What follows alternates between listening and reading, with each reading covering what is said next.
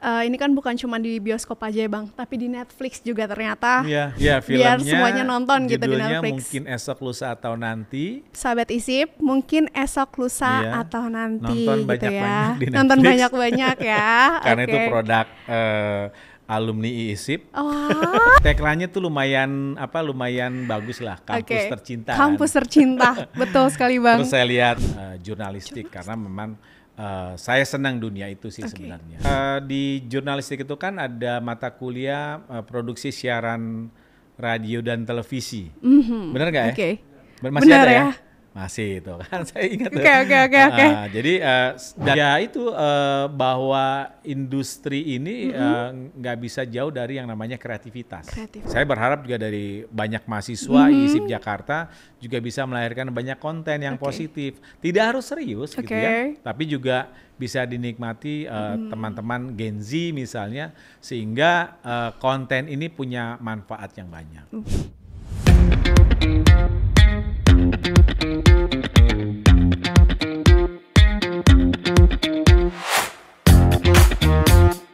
Selamat datang di ISIP Podcast yang akan membahas seputar kampus, mahasiswa, bahkan dosen yang terlibat dalam dunia perkuliahan ISIP Jakarta. Bersama aku, Salsabila, selaku host pada episode kali ini.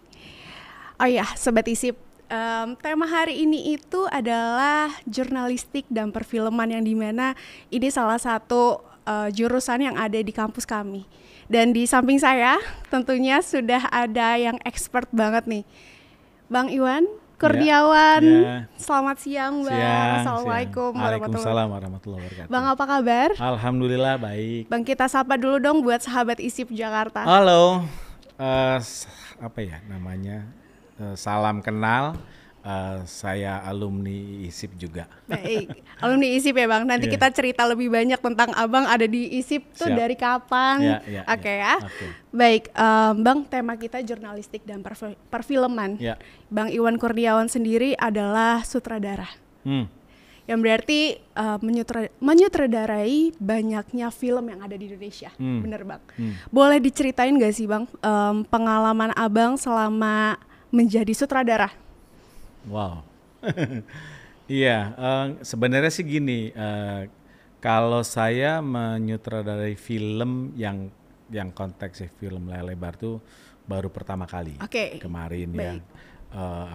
Ya, karena satu-satunya pekerjaan kreatif yang belum pernah saya lakukan itu film layar lebar. Jadi kalau bikin program TV mulai dari genre dokumenter, kuis, musik, program religi, program reality show, program macam-macam udah kita bikin tuh.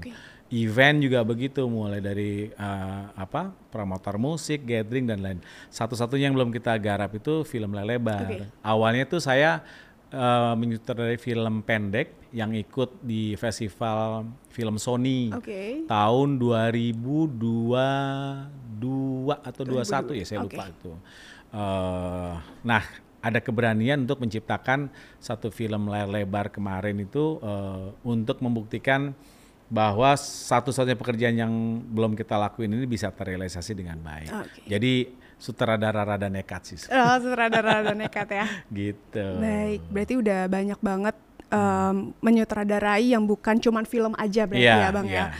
Tapi pengalaman Abang sendiri plus minusnya menjadi sutradara tuh pengen tahu banget nih Bang, sahabat ISIP, apalagi yang jurusannya jurnalistik Bang. Gimana nih?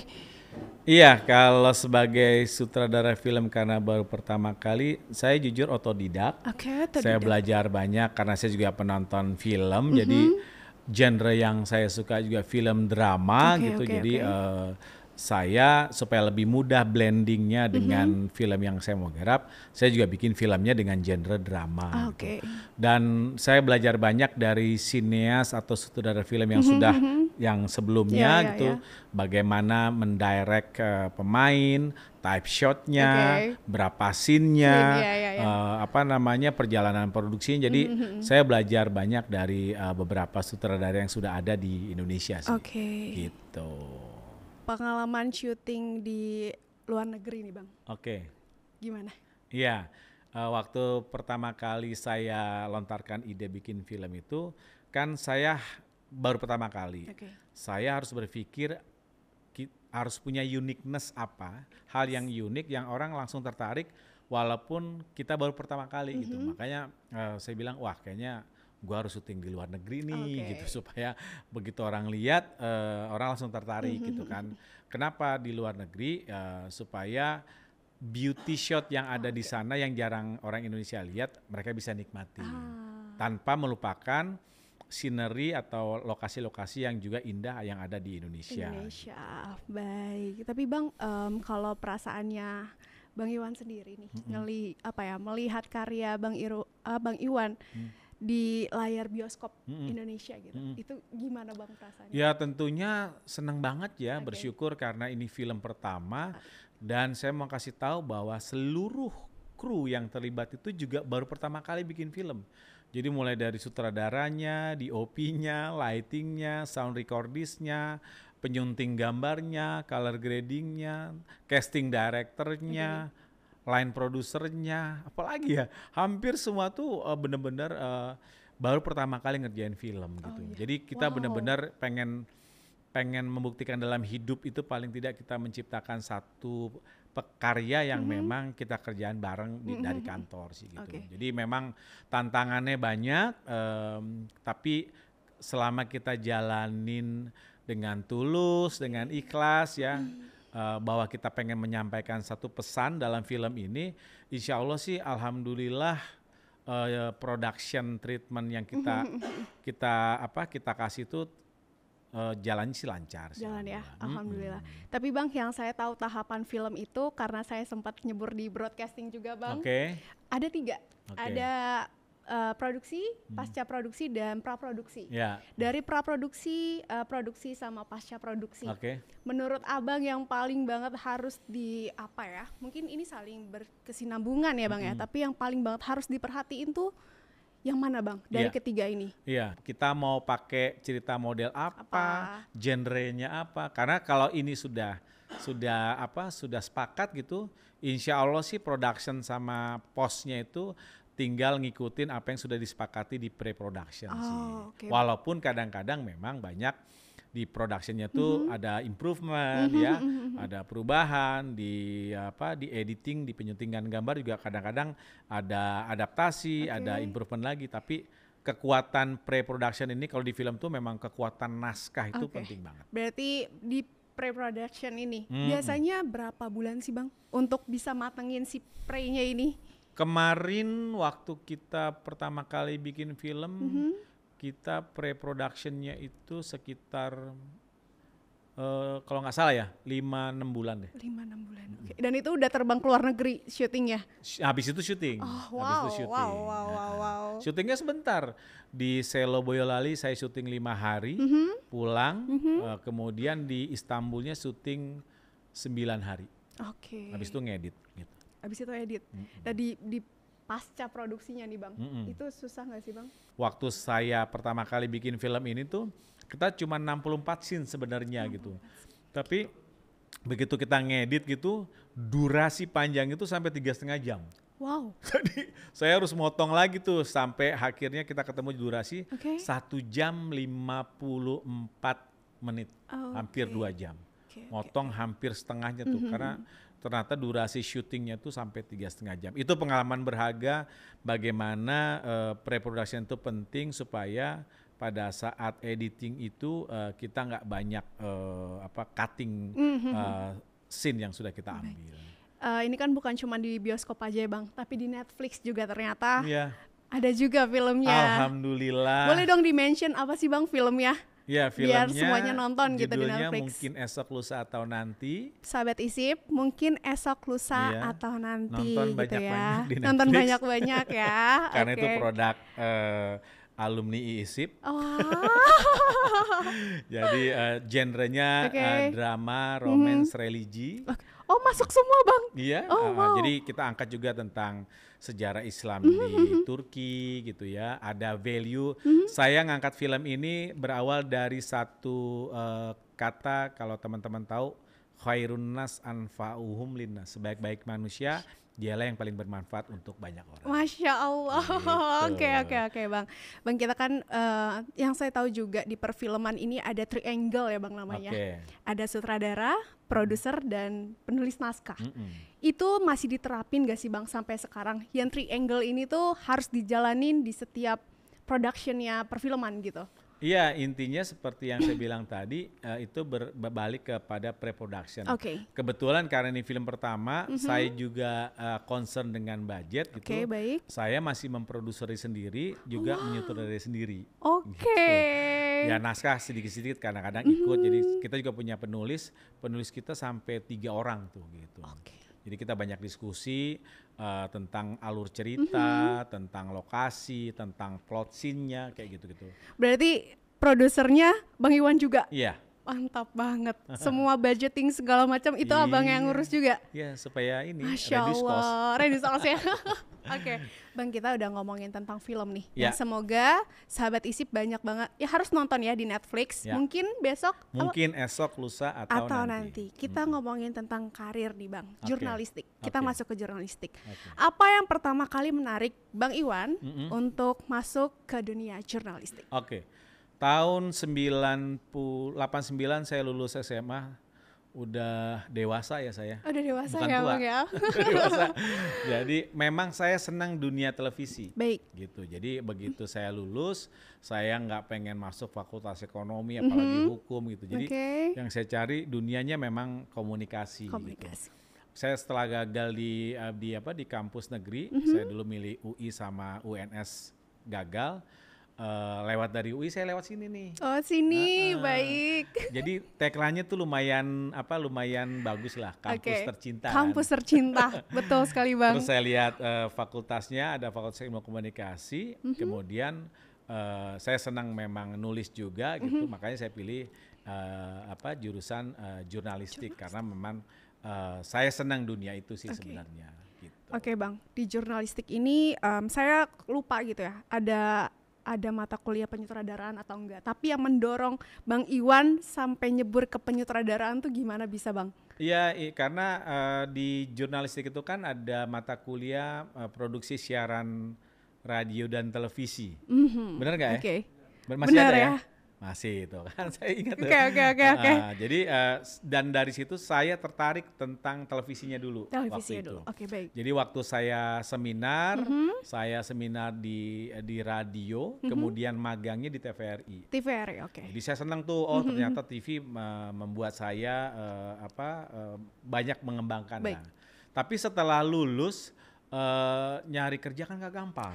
Ya, makanya ketika saya diterima di RCTI nggak langsung ujuk-ujuk jadi produser. Oh, oke. Saya mulai dari office boy, kemudian beli-beliin makanan kru kalau lagi mau syuting, gitu. Jadi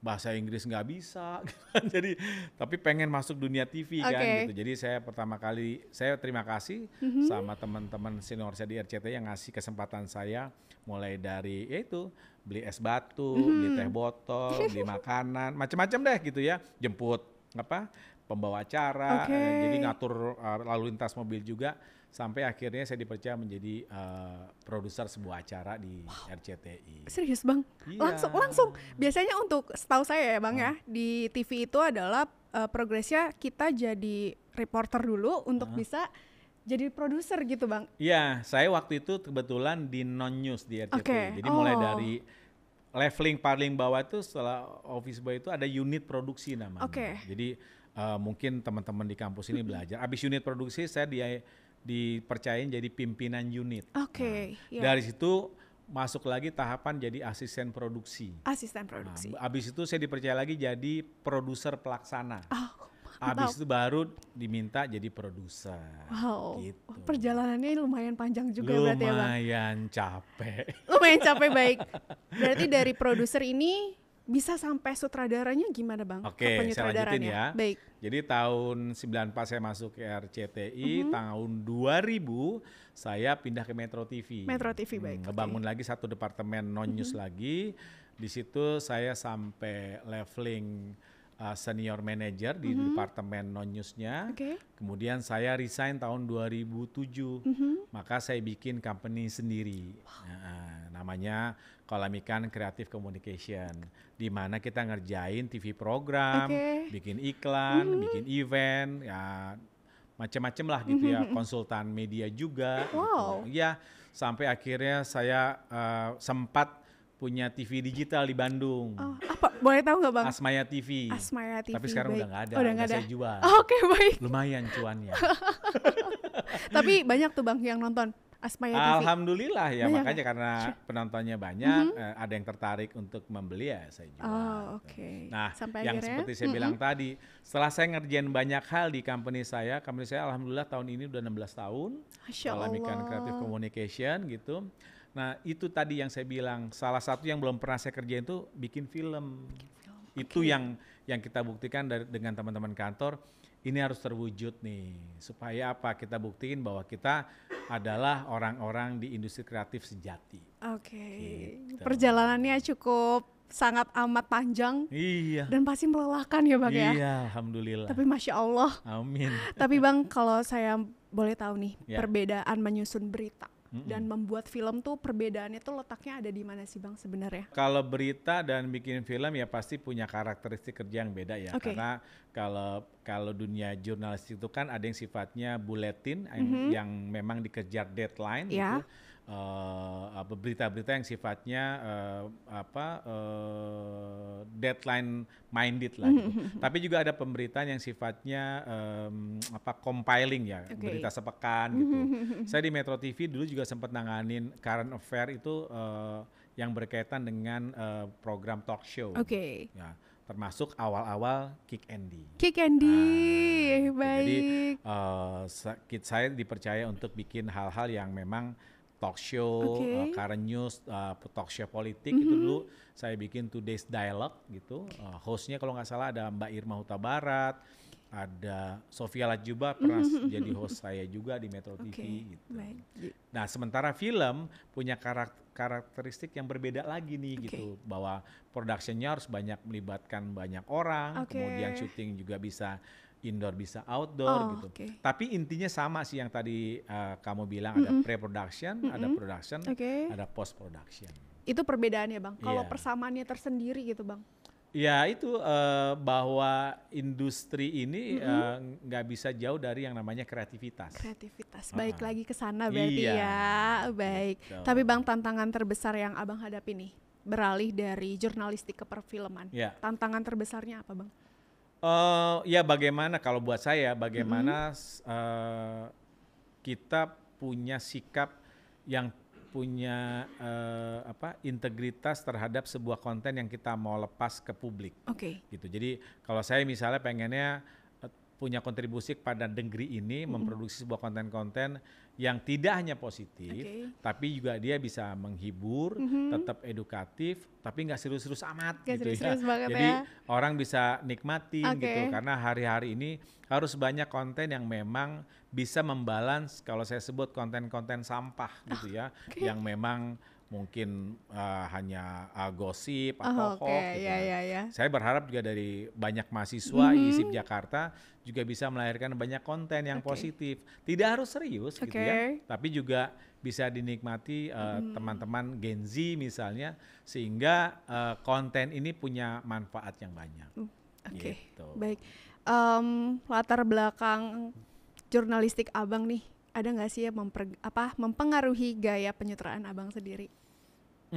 Saya ngalir aja sih. Ngalir aja ya, Bang, ngalir ya? aja, karena itu saya kalau jadi sutradara film karena otodidak, saya masih banyak lemahnya, masih harus banyak belajar, menonton, membaca, mendengarkan supaya karakteristik penyutradaraan film itu bisa lebih berkembang lagi. Jadi saya ngalir aja, saya banyak terima masukan, kritik gitu. Jadi kalau kita pandai menempatkan kritik itu menjadi sebuah vitamin, kita jadi nggak jadi orang baper. Gitu kan. Iya, bener, jadi bener, kalau Bang. ada yang ngasih masukan, ngasih kritikan, itu menjadi vitamin kita untuk bisa terus belajar lebih bagus lagi ke depan. Insya Allah, sahabat ISIP, tolong didengar ya. Ini dari alumninya langsung loh, sutradaranya langsung. Bang, tapi kan yang kita tahu semua watak orang itu beda-beda, dan Abang ngedirect orang yang berbeda-beda juga.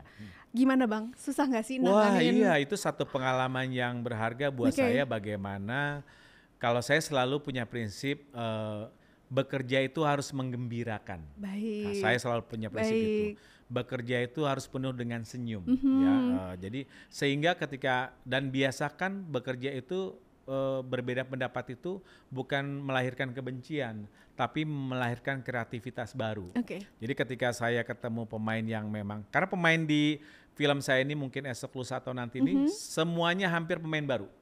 Baru pertama kali main film. Wow. Iya, Natasha baru pertama kali main film lebar, Bilal baru pertama kali main film Oke, lebar, oke. Tegar juga gitu. Jadi ya saya juga baru pertama kali ngedirect gitu. Jadi ya semua kita saling belajar gitu. Dan kita, saya selalu menempatkan diri, saya dan pemain adalah partner. Partner. Ya, saya nggak mau nempatin bahwa Baik. saya lebih tinggi dari siapa, Iya, ini lebih iya, tinggi iya. dari siapa. Semua pemain, saya, kru itu Baik. jadi partner dan bahkan jadi sparring partner yang asik. Oke. Gitu. Tapi Bang, saya mau tahu deh, Abang ngedirect gitu ya. Itu tuh pakai teknik jurnalistik yang pernah Abang pelajarin gak sih? Dari mulai risetnya, penulisan skripnya, segala macamnya. Iya, ya pastinya ada hal-hal yang memang secara textbook saya adaptasi. Oke. Tapi juga kita juga jangan lupa bahwa zaman sudah berubah, ya kan? Gaya directing itu udah makin berkembang. Yang paling penting buat kita teman-teman Gen Z, jangan takut untuk beradaptasi. Oke. Ya, jangan takut untuk blending dengan kekinian. Karena betul. kalau nggak begitu, kita jadi orang jadul. Jadi orang jadul ya, apa ya, kalau bisa dibilang kolot ya Bang ya? Ah. Kolot, iya. Jadi saya nggak boleh bilang bahwa misalnya ada pemain yang Mas ini diginin bisa nggak? Oh ya oke gitu. Oke. Oh music scoringnya diginin boleh nggak? Oh boleh. Jadi saya sih senang diskusi dan itu bisa menciptakan karya-karya baru. Berarti Abang tuh benar-benar apa ya, mendengarkan masukan gitu ya. Harus. Bukan yang kayak patokannya enggak harus kayak gini itu enggak ya Bang ya? Enggak sih, saya setiap input itu buat saya pasti ada nilai baiknya. Oh, Masya Allah, Gitu. keren. Iya. Tapi Bang, dari cerita Abang dari jurnalistik nih, ada nggak sih pengalaman yang Abang pengen buatin film atau Abang ada yang jadi film pendek gitu dari cerita jurnalistiknya Abang? Kalau pengen bikin film kayak gitu mungkin belum, tapi saya lagi pengen terus berkarya juga di film. Mudah-mudahan dalam waktu dekat kita bisa bikin film kedua sih. Film kedua Pengennya. di luar negeri lagi nih Bang. Amin. Amin ya. Doain aja. Amin. Kayaknya saya bisa di casting kali ya Bang. Boleh. Ayo anak-anak ISIP. Atau mungkin anak-anak ISIP Jakarta iya ya Bang. dong. Ini tuh sahabat-sahabat ISIP tuh keren-keren banget Bang sekarang. iya, Apalagi iya. khususnya jurnalistik ya. Iya, mana Masya anaknya. Allah, ini ada di depan kita tim-timnya harus semua. ikut nih jadi tim. Mungkin bisa di hire nanti ya Bang ya. Betul. Bang, tapi apa sih pesan yang Abang mau sampaikan gitu ke adik tingkat Abang nih di jurnalistik di ISIP Jakarta? Apa sih Bang? Apa ya, saya bukan penasehat dan motivator, tapi prinsip hidup saya itu jangan takut untuk memulai. Jangan takut untuk karena memulai. semua ada proses. Baik. Ya. Biarkan proses itu ngalir. Persoalan output serahkan kepada Tuhan yang Maha Kuasa. Oke. Karena kalau kita berhenti berproses, kita nggak akan menemukan sakitnya jatuh. Oh gitu. Jadi kalau Baik. kita menemukan sakitnya jatuh, maka bangun dan jalan lagi. Masya Allah. Kalau masalah outputnya, biar Tuhan yang atur. Biar Tuhan yang ngatur ya Iya. Bang. Tetap balik lagi ke Maha yang Kuasa ya Bang Yes. ya, yang Maha Iya. Kuasa ya. Bang, tadi kita udah ngobrolin tentang perfilman Abang, Ya. jurnalistik Abang. Tapi Ya. pengen tahu banget dong nih sahabat ISIP juga, saya juga Ya. tentang pengalaman Abang di ISIP Jakarta. Boleh diceritain gak sih Bang? Waduh. Apa ya kampus ini tuh? Kalau boleh tahu Abang masuk sini tahun berapa? Tahun angkatan 89 saya. Astagfirullah, jauh banget ya. Kamu Boleh. angkatan berapa? Saya angkatan COVID Bang, 2020. 20. Wow, beda berapa tahun tuh? Jauh lah Bang, gak usah dihitung. Iya. Saya salah satu yang paling saya ingat ya mungkin satu-satunya kampus yang wisudanya nggak pakai toga. Nah, saya gini-gini ketua paduan suara 2 periode. Oh, Masya Allah. Yeah. Dan kita pernah tampil di TVRI dan satu-satunya paduan suara yang pernah tampil di lomba paduan suara tingkat nasional di Trisakti. Wow. Zaman saya tuh waktu itu. Jadi saya punya kesan baik dengan kampus ini. Saya adalah pemain piano di lantai 5. Saya disebut gedungnya dulu namanya Gedung 52. Masih ada nggak sih, Mbak? Ah, itu ada piano di ujung. Jadi kalau saya habis kuliah tuh saya selalu main piano di situ. Oh iya. Saya ingat banget, itu yang saya ingat. Kampus ini cukup terbuka untuk mahasiswa. Kemudian ya saya rindu dengan dosen-dosen yang dulu juga dampingin kami di beberapa kegiatan. Gitu. Ada Pak Agus, ada Bang Omar, ada Pak Parlindungan kalau nggak salah ya itu. Pengen juga ketemu gitu dan saya punya kesan baik lah tentang kampus ini. Jadi harusnya teman-teman yang mau kuliah pilih ISIP. Pilih ISIP Jakarta, pilih ISIP Jakarta ya teman-teman ya. Boleh promosiin aja Bang, nggak apa-apa. Tapi untuk dosen-dosennya sendiri di ISIP Jakarta pada zaman Abang tuh seru-seru nggak sih Bang? Seru-seru. Masya Allahnya yang saya rasain adalah seru juga sih, alhamdulillah. Iya. Kamu kayaknya nggak jujur tuh. Enggak dong Bang, alhamdulillah. Seru sih Seru saya, ya?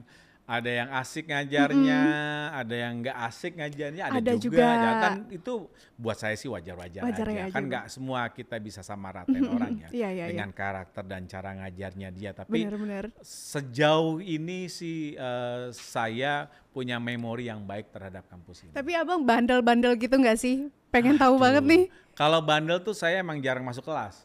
Oh gitu, siapa dulu nih? Nitip dulu absen gitu ya kan, karena saya senang organisasi gitu. Jadi ya itu paduan suara 2 periode itu suka ikut lomba, kemudian syuting di mana-mana, latihan apa segala macam. Jadi emang masuk kelas itu ya badungnya itulah. Titip absen. Nggak tahu ya, sekarang nih di ISIP masih bisa titip absen apa enggak ya? Jangan dicontoh ya sahabat ISIP ya. Tapi keren banget loh Bang, bisa sampai 2 periode ketua paduan suara itu. Ya bukan karena apa, karena waktu itu teman-teman pengen saya melanjutkan hal-hal yang sudah dibikin di periode pertama. Dulu saya kalau saya sebut ada Mas Wisnu, ada Mbak Wina yang juga ngajak saya awal-awal bikin paduan suara. Berarti Bang Iwan sempat masuk hima juga, hima jurnalistik. Hima enggak. BEM ikut gitu Bang? Enggak. Saya cuma di paduan suara. Oh di paduan suara aja ya Bang ya. Keren juga loh Bang. Maksudnya laki-laki jarang gitu ya. Biasanya kan perempuan banget nih yang mau yang show gitu lah ya. Oke, Bang Iwan, kita udah banyak banget. Tapi saya mau tahu nama company ya Bang, apa tadi? Kolam Ikan Creative Communication. Kolam Ikan Creative Communication. Oke, baik. Ini studionya bagus ya? Bagus ya? Mahal nih pasnya. Dingin juga ya Bang ya? Saya bilang tadi sama mbaknya bisa jadi duit nih. Oke. Sayang banget. Iya, karena mestinya menurut saya kampus itu mesti lebih terbuka lagi dengan industri dan bisa bikin